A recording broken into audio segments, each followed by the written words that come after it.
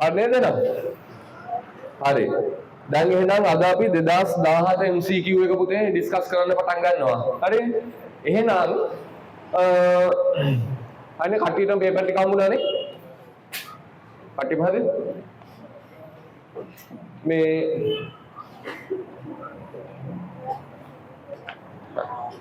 හරි පළවෙනි එක අපි බලමු. පහත දැක්වෙන කුමන ශාකය විවෘත බීජක ශාකයක් වේද? පුතේ විවෘත බීජක ශාකයි ආවෘත බීජක ශාකයි කිව්වේ මොනවද?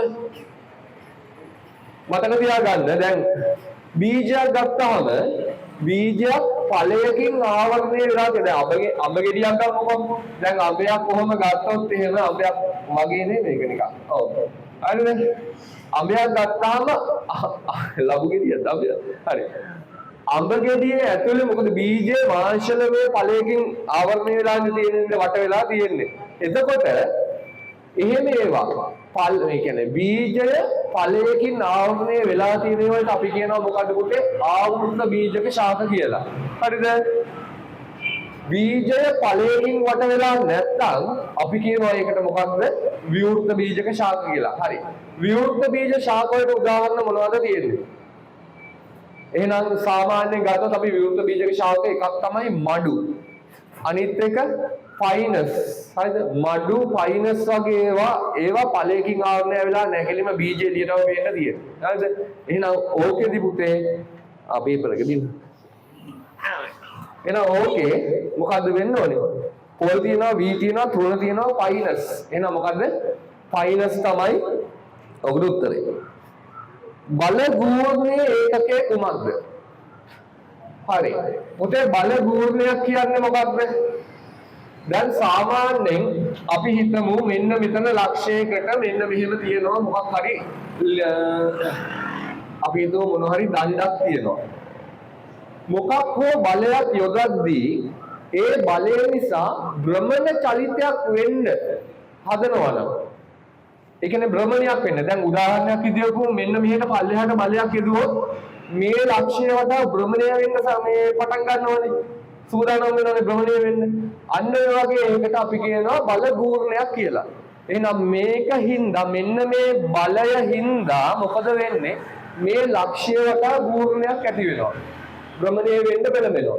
එහෙනම් අපි මේ භ්‍රමණය ඒ කියන්නේ මේ බල ගූර්ණය කියන එක ගත්තාම අපි බලන්න ඕනේ මේ බලය නිසා මොකක් හෝ බලයක් නිසා ඇති වෙන්නේ පුතේ දක්ෂිනාවර්ත ගූර්ණයක්ද එහෙම නැත්නම් වාමාවර්ත ගූර්ණයක්ද කියලා. හරිද? දැන් හිතන්න මම මේ ලක්ෂ්‍යයට මේක තව දික් කරලා මම මෙහෙට තව බලයක් දානවා. ඔන්න F2. අයිද F2 කියන බලයක F බලය. එහෙනම් මේ බලය හින්දා හැම වෙලාවෙම මොකද්ද වෙන්නේ? මේ භ්‍රමණය වෙන්න සිද්ධ මේ try කරන්නේ කොයි පැත්තටද?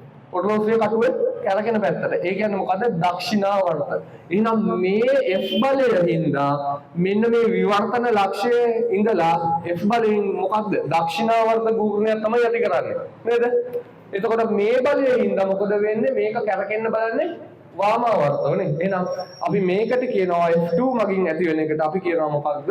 වාමාවර්ත ගූර්ණයක් කියලා. එහෙනම් ගූර්ණය කියන්නේ එහෙනම් බල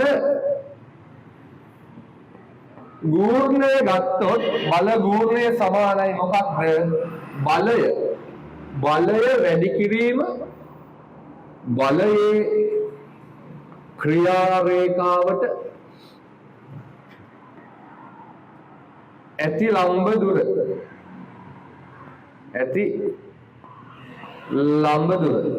එහෙනම් බලය අපි මයින්නේ නිව්ටන් වලින්.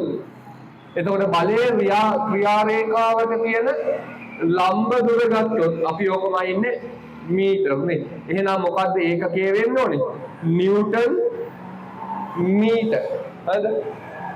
එහෙනම් මේකේ උත්තරේ මොකක්ද වෙන්න ඕනේ? තුන්වෙනි උත්තරේ නිව්ටන් මීටර. හරිද? හරි. ඔන්න තුන්වෙනි ප්‍රශ්නේ. මිනිසාගේ නයිට්‍රජනීය බහිස්රාවය සඳහා ප්‍රධාන වශයෙන් දායක වන ඉන්ද්‍රිය වන්නේ. හරි. පළවෙනියෙන් බලමු පුතේ මොනවද නයිට්‍රජනීය බහිස්රාවීය ද්‍රව්‍ය කියන්නේ අපේ. එකක් තමයි මොනවද කියනවා? යූරියා. යුරික් අම්ලය. අනිත් එක තියෙනවා පුතේ ක්‍රියටිනින්. ඔන්න ඔය තුන අපි ගන්නවා මොනවා කියලාද? නයිට්‍රජනීය බහිස්රාවීය ද්‍රව්‍ය කියලා. එහෙනම් මේ යූරියා, යුරික් අම්ල, ක්‍රියටිනින් කියන ඒවා හැදෙන්නේ මතක තියාගන්න පුතේ අපේ අක්මාවේ තමයි හැදෙන්නේ. හරිද? අක්මාවේ නිෂ්පාදනය වෙනවා. මේක පෙරලා ඔක්කොම කරලා අයින් කරන්නේ බහිස්රාවීය ඉන්ද්‍රිය විදිහට ක්‍රියා කරන්නේ කවුද? අපේ මුක්ක. ඒ කියන්නේ වපු gadu. එහෙනම් මෙතනදී අහන්නේ මොකද්ද? මිනිසාගේ නයිට්‍රජනීය බහිස්රාවය සඳහා ප්‍රධාන වශයෙන් දායක වන ඉන්ද්‍රිය වන්නේ. එහෙනම් බහිස්රාවය කියන්නේ මොකද්ද? අපේ දැන් ජෛව රසායනික ප්‍රතික්‍රියා සිද්ධ වෙනවා අපේ සෛල ඇතුලේ. මේ ජෛව රසායනික ප්‍රතික්‍රියාවලදී නිපද වෙනවා ශරීරයට හිතකර දේවල් සහ අහිතකර දේවල්. නේද? එතකොට ශරීරයට මෙන්න මේ නිපදවන අහිතකර දේවල්. ඒ කියන්නේ මොනවද කියන්නේ අපි පරිවෘත්තීය ක්‍රියාමගින්. පරිවෘත්තීය ක්‍රියාමගින් නිපදවන ශරීරයට අහිතකර ද්‍රව්‍ය සිරුරෙන් බැහැර කිරීම තමයි අපි කියන්නේ මොකක්ද? බහිස්රාවය කියලා කියන්නේ. එහෙනම් නයිට්‍රජනීය බහිස්රාවීය ද්‍රව්‍ය මොනවද කියන්නේ? මේ බහිස්රාවය කියන ප්‍රධාන ඉන්ද්‍රිය වෙන්නේ මොකක්ද පුතේ? එහෙනම් මෙතන තියෙනවා සම, වුක්කය, නාසය, පෙනහැලිය. එහෙනම් මොකද්ද මේකට ඉන්නේ? වුක්කය කියන එක තමයි අපිට ගන්න වෙන්නේ. හරිද? හරි. ඊට පස්සේ පහත කුමන ද්‍රව්‍ය ජලය සමග මිශ්‍ර කළ විට විෂම ජාතිය මිශ්‍රණයක් ලැබේද? එහෙනම් සමජාතීයයි විෂම ජාතියයි කියන්නේ මොකද පුතේ? සමජාතීය නම් මිශ්‍රණයේ කොහෙන් කොටසක් ගත්තත් සංයුතිය ඒකාකාර වෙන්න ඕනේ. කොහෙන් ගත්තත් එකම ප්‍රමාණයේ සංඝටක ටික හැම එකම එකම ප්‍රමාණයෙන් තියෙන්න ඕනේ. ඕකට අපි කියනවා මොකද? සමජාතීය මිශ්‍රණයක් කියලා. විෂම ජාතියයි කියන්නේ මොකද්ද? මිශ්‍රණයේ තනින් තනට සංයුතිය විවිධාකාරයි. ඒකාකාර නැහැ. ඒකාකාර නැහැ. හරි පුතේ. එහෙනම් දැන් මෙතනදී ගත්තොත් ඔන්න මේකේ තියෙනවා කොපර් සල්ෆේට්. කොපර් සල්ෆේට් ද්‍රාවණයක් ගත්තාම මේ කොපර් සල්ෆේට් ද්‍රාවණයක් ජලයේ මොදින් දිය වෙනවා. නේද? එහෙනම් සංයුතිය ඒකාකාරයි හැමතැනටම. එහෙනම් ඒක ඇවිල්ලා මොකද්ද? කොපර් සල්ෆේට් ජලයේ දිය කරපුවාම හැදෙන ද්‍රාවණය අපි කියනවා මොනවද? කොපර් සල්ෆේට් කියන්නේ ඝනයක්. හරිද? එහෙනම් අරක ද්‍රවයක්. එහෙනම් ඝන ද්‍රව සමජාතීය මිශ්‍රණයක් කියනවා කොපර් සල්ෆේට් ජලයේ දිය කරපුවාම. ඝන ද්‍රව සමජාතීය මිශ්‍රණයක්. එතිල් මධ්‍යසාර මොකද වෙන්නේ? පුතේ එතිල් මධ්‍යසාර දිනවනේ ජලයේ. නේ? ඒකනේ කොල්ලෝ දන්නවා. හරි. එහෙනම් එතිල් මධ්‍යසාර ජලයේ දිය වෙනවා. එතකොට ඒකත් එහෙනම් මොකද්ද පුතේ? සමජාතීය මිශ්‍රණයක් නේ? එහෙනම් හැමතැනම සංයුතිය සමානයි. ඊට පස්සේ සීනි, ගෙදර සීනි ටිකක් දිය කරපුවාම ඒකත් මොකද වෙන්නේ? ටික වෙලා තිබ්බම අඩියට බහිනවද සීනි? නෑ නේද? හැමතැනටම ඒකාකාරව පැතිරෙනවා. එහෙනම් දැන් එතිල් ජලය කියන එක ගත්තොත්, ඒ මිශ්‍රණය ගත්තොත් එහෙනම් අපි කියනවා මොකද්ද ඒක? ද්‍රව සමජාතීය මිශ්‍රණයක්. ඊට පස්සේ සීනි ගත්තාම අපි ඒක කියනවා මොනවද? ඝන ද්‍රව සමජාතීය මිශ්‍රණයක්. ඊට පස්සේ තියෙනවා තිරිඟු පිටි. එහෙනම් පාන් පිටි කියන එක දැන් අපි තිරිඟු පිටි කියන්නේ පාන් පිටි වල. එහෙනම් පාන් පිටි අපි වතුර එකතු කරපුවාම සම්පූර්ණයෙන්ම දිය වෙලා දිගටම තියෙනවද? නෑ නේ. ටික වෙලා තිබ්බ ගමන් අඩියට බහිනවා. එතකොට උඩින්ම අපි සාම්පල් එකක් ගත්තොත් ඒකේ වතුර වැඩි. අඩියෙන්ම ගත්තොත් ඒකේ තිරිඟු පිටි ප්‍රමාණය වැඩි. ඒ කියන්නේ පිෂ්ඨයේ ප්‍රමාණය වැඩි. එහෙනම් ඕකෙදි පුතේ විෂම ජාතිය මිශ්‍රණයක් කියන්නේ කවුද? මෙන්න මේ හතරවෙනි උත්තරේ තිරිඟු පිටි. ජලය සමග තිරිඟු පිටි මිශ්‍ර කරපුවාම. හරි. ඊට පස්සේ ස්වායු ශ්වසනයේදී ශක්තිය නිදහස් කෙරෙන්නේ පහත කුමන ඉන්ද්‍රිකාව මගින්ද? එහෙනම් බලන්න. මේකේ දීලා තියෙනවා න්‍යෂ්ටිය. හරි, න්‍යෂ්ටිය ක්‍රියාවලිය මොකද්ද පුතේ? සෛලීය ක්‍රියා පාලනය තමයි න්‍යෂ්ටියෙන් කරන්නේ. හරිද? ඊට පස්සේ තියෙනවා මයිටොකොන්ඩ්‍රියම. එහෙනම් මයිටොකොන්ඩ්‍රියම කියන එක තමයි මොකක්ද සිද්ධ කරන්නේ? ස්වායු ශ්වසනය කරන්නේ. ස්වායු ශ්වසනය මොකද කරන්නේ? ශක්තිය නිපදවනවා. ඒ නිපදවන ශක්තිය කොහෙද ගබඩා කරන්නේ? ATP වල ගබඩා කරනවා අධිශක්ති සංයෝගී. ATP කියලා කියන්නේ ඇඩිනෝසින් ට්‍රයිෆොස්ෆේට්. හරිද? ඒක මතක් කරගන්න. හරිද? එහෙනම් ATP වලින් තමයි මේ ස්වායු ශෝෂණයේදී සිද්ධ වෙන්නේ කොහෙද? ස්වායු ශෝෂණය සිද්ධ වෙන්නේ මයිටොකොන්ඩ්‍රියා වල. නිපද වෙන ශක්තිය කොටසක් තාපය ලෙස හානි වෙනවා. අනිත් එක මොකද වෙන්නේ? ඊටු ශක්තිය ATP වල ගබඩා කරනවා. හරිද? හරි. මෙතනදී ඊට පස්සේ තියෙනවා මොකද? රයිබෝසෝම. පුතේ රයිබෝසෝම වලින් මොනවද කරන්නේ? ප්‍රෝටීන් නිෂ්පාදනයට අවශ්‍ය ස්ථාන සපයනවා. හරිද? එහෙනම් ප්‍රෝටීන් සංශ්ලේෂණයට දායක වීම කියන එක තමයි රයිබෝසෝම වලින් කරන කෘත්‍යය. අනිත් එක තමයි මොකද්ද? ගොල්ගි සංකීර්ණය. ගොල්ගි සංකීර්ණයෙන් කරන කාර්යය තමයි ශ්‍රාවීය ද්‍රව්‍ය නිපදවීම සහ අසුරා තැබීම. නේද? එහෙනම් ඒවා අවශ්‍ය දේවල් දාගන්න පුතේ. ගොල්ගි සංකීර්ණය කියන්නේ මොකද්ද? ශ්‍රාවීය ද්‍රව්‍ය නිපදවීම සහ ගබඩා කිරීම. එතකොට මේකේ නැති දේවල් තියෙනවා. තා මොනවාද? රළු අල්තප්ලාස්මීය ජාලිකා. රළු අල්තප්ලාස්මීය ජාලිකා වලින් මොකද්ද වෙන්නේ? ඒකෙදිත් වෙන්නේ මොකද්ද? ප්‍රෝටීන් සංශ්ලේෂණය සහ පරිවහනය. හරිද? මොකද හේතුව රළු අල්තප්ලාස්මීය ජාලිකා කියන්නේ හේතුව තමයි මොකද්ද? මේ කියන අන්තප්ලාස්මීය ජාලිකා වලට රයිබෝසෝම සම්බන්ධ වෙලා තියෙනවා. ඒ හින්දා තමයි ඒක රළු වෙලා තියෙන්නේ. ඇට වගේ පේනවා නේද? ඒක අර දැක්කම ඔයගොල්ලෝ රූප සටහන් වල තියෙන්නේ. එහෙනම් ඕකෙදි මතක තියාගන්න රළු අන්තප්ලාස්මීය ජාලිකා මොකද්ද කරන්නේ? ප්‍රෝටීන් සංශ්ලේෂණය සහ පරිවහනය කියන එක කරනවා ඒකේ. ඊට පස්සේ තිබුණා සිනිඳු අන්තප්ලාස්මීය ජාලිකා කියලා. සිනිඳු අන්තප්ලාස්මීය ජාලිකා වලින් කරන්නේ ඒකේ සිනිඳු වෙලා තියෙන්නේ රයිබෝසෝම තැන්පත් වෙලා නැහැ. එහෙනම් ඒකේ කාර්යය තමයි මතක තියාගන්න ලිපිඩ සහ අපි කියනවා තව එකක් තිබුණා. ලිපිඩ සහ ස්ටෙරොයිඩ්. හරිද? ලිපිඩ සහ ස්ටෙරොයිඩ් නිපදවන එක තමයි සිනිඳු අන්තප්ලාස්මීය ජාලිකා වල කෘත්‍ය වෙන්නේ. එහෙනම් මෙතනදී මොකක්ද වෙන්නේ? ස්වායු ශෝෂණය ඕකනේ. ස්වායු ශෝෂණයේදී ශක්තිය නිපදවන්නේ කවුද පුතේ? මයිටොකොන්ඩ්‍රියා. හරිද?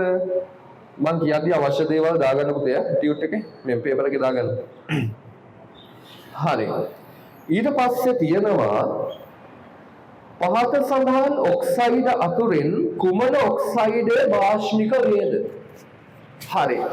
අපි දන්නවා භාෂ්ම කියන්නේ ලෝහ හදන ඔක්සයිඩ් මොනවද පුතේ? ආම්ලිකයිද භාෂ්මිකයිද? භාෂ්මිකයි. ලෝහ හදන ඔක්සයිඩ් හොඳට මතක තියාගන්න. ඕනම ලෝහයක් හදන ඔක්සයිඩ් භාෂ්මිකයි එකක් කරෙන්න. ඒ කවුද ඒකට? ඇලුමිනියම්. ඇලුමිනියම් හදන ඔක්සයිඩ් ඒ කියන්නේ මොකක්ද?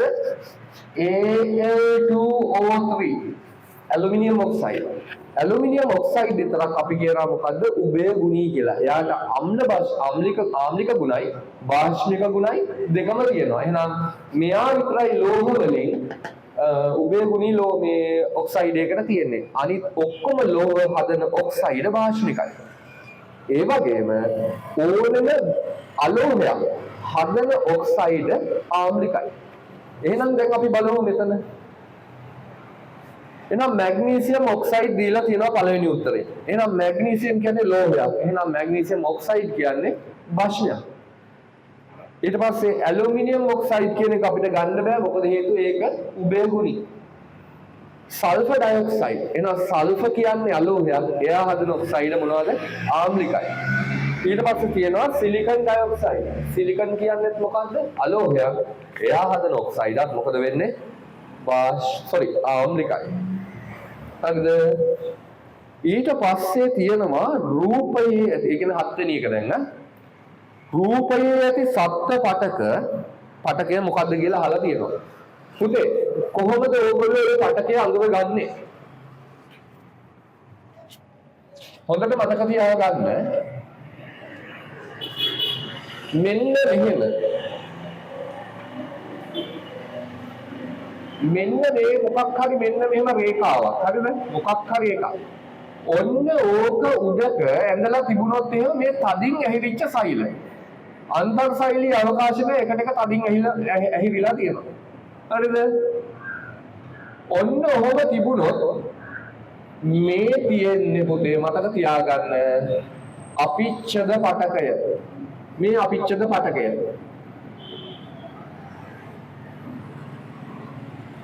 හරිද? අපිච්ඡද පටකය. එතකොට මේ අපිච්ඡද පටකයේ මතක තියාගන්න මෙන්න මේ පල්ලෙහා තියෙන එක.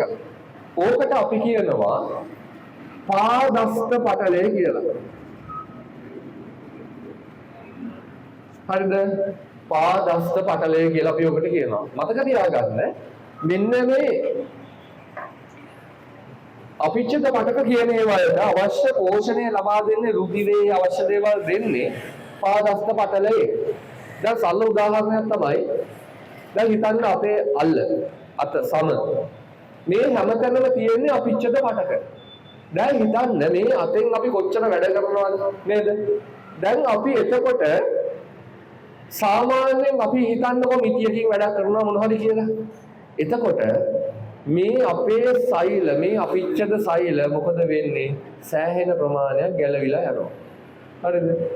එතකොට මේ අපිච්ඡද පටකවල තියෙන මෙන්න මේ කියන උඩ තියෙන සෛල ටිකට රුධිර සැපවීමක් තිබුණොත් මොකද වෙන්නේ? ලේ ගලන්න ගන්නවානේ. එහෙනම් ඝර්ෂණයට ඔරොත්තු දෙන්න හින්දා මොකද වෙන්නේ? මේ වලට පිටපැත්තට මොකද වෙන්නේ? මේ උඩ කොටස් වලට රුධිර සැපවීමක් දීලා නැහැ. හරිද? හැබැයි දැන් හිතන්නකෝ දැන් පුටාවකින් ගිහින් එහෙම වැටෙනවනේ ඉස්සර පොඩි කාලේ. එතකොට මොකද වෙන්නේ? ගිහින් ලෙලියවා ගන්නවනේ. ලෙලියවා ගත්තාම මොකද වෙන්නේ? සුදු පාට හමක් මතු වෙනවනේ. සුදු හම කියන්නේ පේන්න ලෙලි ගියා කියලා කියන්නේ. එතකොට ඒ සුදු හම කියන්නේ මොකද්ද? අන්නේ පල්ලෙහා තියෙන එක චර්මයට යටින් තියෙන. මොකද්ද මේ පාදස්ත පටලේ ඔන්න ඕව මත තමයි මොකද්ද තියෙන්නේ පුතේ? අපේ තියෙන මේ අපිච්ඡද පටකයේ උඩ තියෙන සෛල ටික. එහෙනම් ඒ වලට රුධිර සැපීමක් නැහැ. සෛල තදින් ඇහිවිලා තියෙනවා. තේරුණා නේද? අපිච්ඡද පටකය හොඳට බලාගෙන යන්න බෙදාපාර. හරිද? බෙදාපාර එක්සෑම් එකට යද්දී පුතේ ඕ ලෙවල් වලට යද්දී පළවෙනි එකම ඉන්න අපිච්ඡද පටක. අපිච්ඡද පටකයෙන් එන්න ඉඩ තියෙන තැන. හරිද? හොඳට බලන්න අපිච්ඡද පටකය. ලක්ෂණ කොහෙද තියෙන්නේ? අපිච්ඡද පටකයේ කාරණයන් තමයි මොනවද? ඉන්ද්‍රියන් සහ දේහයේ බාහිරින් සහ අභ්‍යන්තරින් පිටතින් සහ අභ්‍යන්තර ඉන්ද්‍රියන් ආස්තවණය කරනවා. හරිද? ඒ කියන්නේ ආරක්ෂක කෘත්‍යයක් ඉටු කරනවා. ශුද්ධ ජීවීන් සහ ඒ වගේ ව්‍යාධි ජනක ශුද්ධ ජීවීන් ඇතුල් වෙන එක වළක්වනවා. ඊට අමතරව ශ්‍රාවී කෘත්‍යයක් ඉටු කරනවා. ශ්‍රාවී කෘත්‍යයක්. ඒ කියන්නේ දැන් උදාහරණයක් තමයි එකක් අපි හිතමු මෙහෙම අපේ ආග්න්‍යාශය නේද? ආග්න්‍යාශය මොනවද ශ්‍රාවය කරන්නේ? ආග්න්‍යාශයේ HCl අනුමන ශ්‍රාවය වෙනවා නේද? එහෙනම් ඒක ඇවිල්ලා මොනවද? ඔය අපිච්ඡදේ ශ්‍රාවය වෙනවා. එහෙනම් මොකද අපි කියන්නේ? ශ්‍රාවී කෘත්‍යයක් ඉටු කරනවා පුතේ. තව එකක්. මොකද ඊළඟ එක? තව එකක් තමයි අවශෝෂණ කෘත්‍යයක් ඉටු කරනවා. දැන් අපේ ආහාර ජීර්ණ පද්ධතියේ දැන් මොනවද? ශුද්‍රාන්ත්‍රයේ තියෙනවා මොනවද? අංගුලිකා. අංගුලිකාවල තියෙන අපිච්ඡද පටකේ මොකද්ද කරන්නේ? අවශෝෂණය කරනවා පෝෂක ද්‍රව්‍ය. එහෙනම් අවශෝෂණ කෘත්‍යයක් ඉටු කරනවා අපිච්ඡද පටකේ. එතකොට ශ්‍රාවී කෘත්‍යයට තව එකක් මොනවද තියෙන්නේ? ශ්ලේෂ්මලය ශ්‍රාවය කරනවා. දැන් එහෙනම් අපේ ශ්වසන පද්ධතිය, ආහාර ජීර්ණ පද්ධතිය ඔය හැම එකකින්ම මොකද්ද කරන්නේ? ශ්ලේෂ්මලය. ශ්ලේෂ්මලය සෙවල ගතිය. හරිද? එහෙනම් සෙවල කියන එක ශ්ලේෂ්මලය කියන එක ශ්‍රාවය කරනවා. එහෙනම් ශ්‍රාවී කෘත්‍යයකට ඉටු ඉෂ්ට කරනවා. හරිද? ඊට පස්සේ තව මොනවද කරන්නේ? තව කරනවා අපිච්ඡද පටකයේ ඊළඟ එක තමයි අපි කියනවා දැන් මොනවද? දැන් අපිට රස දැනෙන්නේ. දැන් දිවේ තියෙන රසාංකුර කියන්නේ ඒ වල තියෙන්නේ මොනවද? මේ අපිච්ඡද පටකේනේ තියෙන්නේ. එහෙනම් පුතේ මොනවද? ප්‍රතිග්‍රහණ කෘත්‍යයක් කරනවා මේගොල්ලෝ. සංවේදන ප්‍රතිග්‍රහණය කරනවා. අන්න එහෙම කෘත්‍යයකුත් මේගොල්ලෝ කරනවා. හරිද? හරි. එහෙනම් මෙතන මොකක්ද එහෙනම් රූපේ තියෙන්නේ පුතේ? එහෙනම් මේ පාගස්ත පටලයේ තියෙන හින්දා අපිට අඳුර ගන්න පුළුවන් මොකද්ද මේ තියෙන්නේ අපිච්ඡද පටකයක් කියලා. හරි? ඊට පස්සේ 8 වෙනි එක. හරිද? 8 වෙනි එකේ තියෙනවා ඔන්න බයිසිකල් ඩයිනමෝවක් තුළ සිදුවන්නේ පහත දැක්වෙන කුමන ශක්ති පරිවර්තනයද?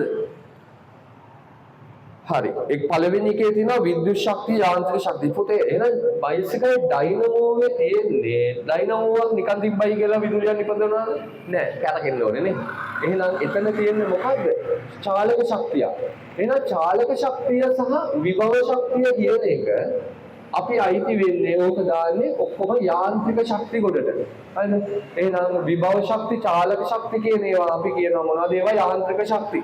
එහෙනම් යාන්ත්‍රික ශක්තියක් මොකක් බවට පරිවර්තනය කරන්නේ? විද්‍යුත් ශක්තිය විදිහට. එහෙනම් උත්තරේ වෙන්න ඕනේ යාන්ත්‍රික ශක්තිය විද්‍යුත් ශක්තිය බවට පරිවර්තනය කරනවා කියලා. ඒ කියන්නේ තුන්වෙනි එක. හරි. හරි. දැන් නවවෙනි එක. ඔන්න ජීවීන් තුළ සිදුවන ජෛව රසායනික ප්‍රතික්‍රියා උත්ප්‍රේරණය කරනු ලබන්නේ. මම ගිය සතියේ කියලා දුන්නා ගිය සතියේ පේපර් එකේදී. මොකද උත්ප්‍රේරණය කරනවා කියන්නේ මොකද්ද? ජෛව රසායනික ප්‍රතික්‍රියා උත්ප්‍රේරණය කරනවා කියන්නේ උත්ප්‍රේරණය කරන එකයි නිෂේධනය කරනවා කියන්නේ මොකද්ද? මොකද්ද? උත්ප්‍රේරණය කරනවා කියලා කියන්නේ රසායනික ප්‍රතික්‍රියාවක ශීඝ්‍රතාවය වැඩි කරනවාට. ඕක තමයි අපි කියන්නේ මොකද්ද? උත්ප්‍රේරණය කරනවා කියන්නේ. නිෂේධනය කරනවා කියන්නේ මොකද්ද? රසායනික ප්‍රතික්‍රියාවක වේගය මොකද කරන්නේ? අඩු කරනවා. හරිද? ශීඝ්‍රතාවය අඩු කරනවා. ඕකට අපි කියනවා නිෂේධක කියලා. ඒ වගේ රසායනික ද්‍රව්‍යයට අපි කියනවා නිෂේධක කියලා.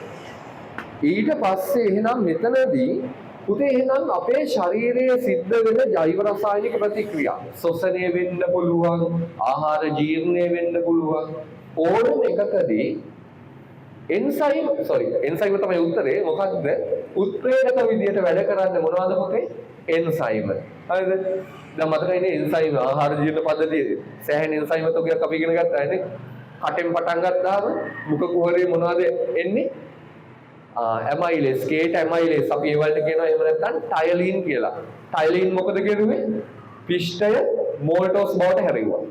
ඊට පස්සේ ආව පල්ලෙහාට යනවා. පල්ලෙහාටදී ආය මේ අපිට මොකද කියන්නේ? එන්සයිම් එක හම්බෙන තැන කොහෙද? ආමාශය. ආමාශය මොකද උනේ? ආමාශයේ අපිට හම්බ වුණා ಜಾති කීයක් හමුණාද? HCl ශ්‍රාවය වුණා. හැබැයි HCl අපි කියන්නේ මොකක් කියලාද? එන්සයිමයක් කියලා. ඕකේ ශ්‍රාවය වෙන එන්සයිම මොනවාද? එකක් පෙප්සින්. හරිද? පෙප්සින් ශ්‍රාවය වෙනවා. උඹලගේ ලදරුවන්ගේ මොකද්ද වෙන්නේ? රෙනින් ශ්‍රාවය වෙනවා. එහෙනම් ලදරුවන්ගේ පුතේ රෙනින් වලින් කරන්නේ මොනවාද? කිරි කැටි ගස්සවන එක. පෙප්සින් වලින් කරන්නේ මොනවද? ප්‍රෝටීන පොලිපෙප්ටයිඩ් බවට. ඒ කියන්නේ ප්‍රෝටීන් ජීර්ණයේ අතරමැදි ඵලයක්. වෙන මොකද්ද? පොලිපෙප්ටයිඩ් බවට කඩන එක තමයි මොනවද? පෙප්සින් වලින් කරන්නේ. HCl වලින් කරන්නේ මේ පෙප්සින් සක්‍රිය කරන එක. මොකද පෙප්සින් වැඩ කරන්න නම් ක්‍රියාත්මක වෙන්න නම් පුතේ ආම්ලික මාධ්‍යයක් තියෙන්න ඕනේ. හරිද? ආම්ලික මාධ්‍යයක් නැති වුණොත් පෙප්සින් වැඩ කරන්නේ නැහැ. හරිද? එහෙනම් පෙප්සින් සක්‍රිය කරවන්න තමයි මොනවද? HCl ශ්‍රාවය වන්නේ. හරිද? ඊට පස්සේ එතනින් දැන් ඔන්න ආමාශය ඔන්න දැන් කැළඹිලා දැන් ඕම් වෙලා ජීර්ණයකට ලක් වෙලා අර්ධ වශයෙන් ජීර්ණයකට ලක් වෙලා ඔන්න එනවා මොකද්ද? ග්‍රහණීය කියන කැලලට C අකුරේ හැඩයක් තියෙනවා. එහෙනම් C අකුරේ හැඩයට මොකද්ද අපි කියන්නේ? ග්‍රහණීය. ඒ කියන්නේ ශුද්ධාන්තරේ ආරම්භක කොටස. හරිද? එතකොට ග්‍රහණීය කියන්නේ C අකුරේ හැඩයක්. එහෙනම් මොකද්ද? නිකන් ග්‍රහණය කරගෙන ඉන්නවා කියන්නේ කොහොම කරන්නේ? එහෙම මතක තියාගන්න. එහෙනම් ඒ කැලල මොකද්ද? C අකුරේ හැඩය කියන්නේ ඔහොම ඉන්න එක. එහෙනම් මොකද්ද? ග්‍රහණීය එක. ඔතනින් ශ්‍රාවය වෙනවා. ඔතෙන්ට ශ්‍රාවය වෙනවා පුතේ එන්සයිම කීපයක්. එකක් තමයි මොකද්ද? අග්න්‍යාශයෙන් ශ්‍රාවය වෙනවා ඇමයිලේස්, ලයිපේස්, ට්‍රිප්සින්. එහෙනම් මම ඔය කොකුලන්ට කියලා දීලා තියෙනවා ලේසියෙන් මතක තියාගන්න ඔය තියෙන මොනවාද? අග්න්‍යාශයේදී MII, ලයියි, ට්‍රිප් එකක් ගිහින් එනවා හම්බුනේ කියලා මතක තියාගන්න කියලා. එහෙනම් MII කියන්නේ ඇමයිලේස්, ලයියි කියන්නේ ලයිපේස්, ට්‍රිප් එකක් ගිහින් එනවා කියන්නේ ට්‍රිප්සින්. එහෙනම් ඇමයිලේස්, ලයිපේස්, ට්‍රිප්සින්. එහෙනම් ඇමයිලේස් වලින් මොකද්ද වෙන්නේ? ඒකෙත් වෙන්නේ මොකද්ද? පිෂ්ඨය මෝල්ටෝස් බවට කඩනවා. ඊට පස්සේ ඊළඟ තුන මොනවාද? ට්‍රිප්සින්. ට්‍රිප්සින් වලින් මොකද වෙන්නේ? එහෙනම් තවදුරටත් තියෙන ප්‍රෝටීන් මොකද වෙන්නේ? ආයේ පොලිපෙප්ටයිඩ් බවට කඩනවා. ඊට පස්සේ ගත්තොත් එහෙම තිබුණා අපේ මොනවද? පෙප්සින්. නෑ පෙප්සින් නෙවෙයි. පෙප්සින් කොහෙද වෙන්නේ? ඇමයිල ලයිපේස්. හරි. ලයිපේස් වලින් මොනවද කෙරුවේ? ලයිපේස් වලින් කෙරුවේ ලිපිඩ. හරිද? ලිපිඩ ජීර්ණය කෙරුවා මොනවද? ග්ලිසරෝල් සහ මේද අම්ල බවට ජීර්ණය කෙරුවා. හරිද? ඔතනින් ඒක ඉවරයි. ඒ වගේම තමයි මොකක්ද වෙන්නේ? ඔතනට තව එනවා එන්සයිමයක් නෙමෙයි. පිත්තාශයෙන් වෙන මොනවද? පිත්යුෂ. ගහණියට තමයි එකතු වෙන්නේ.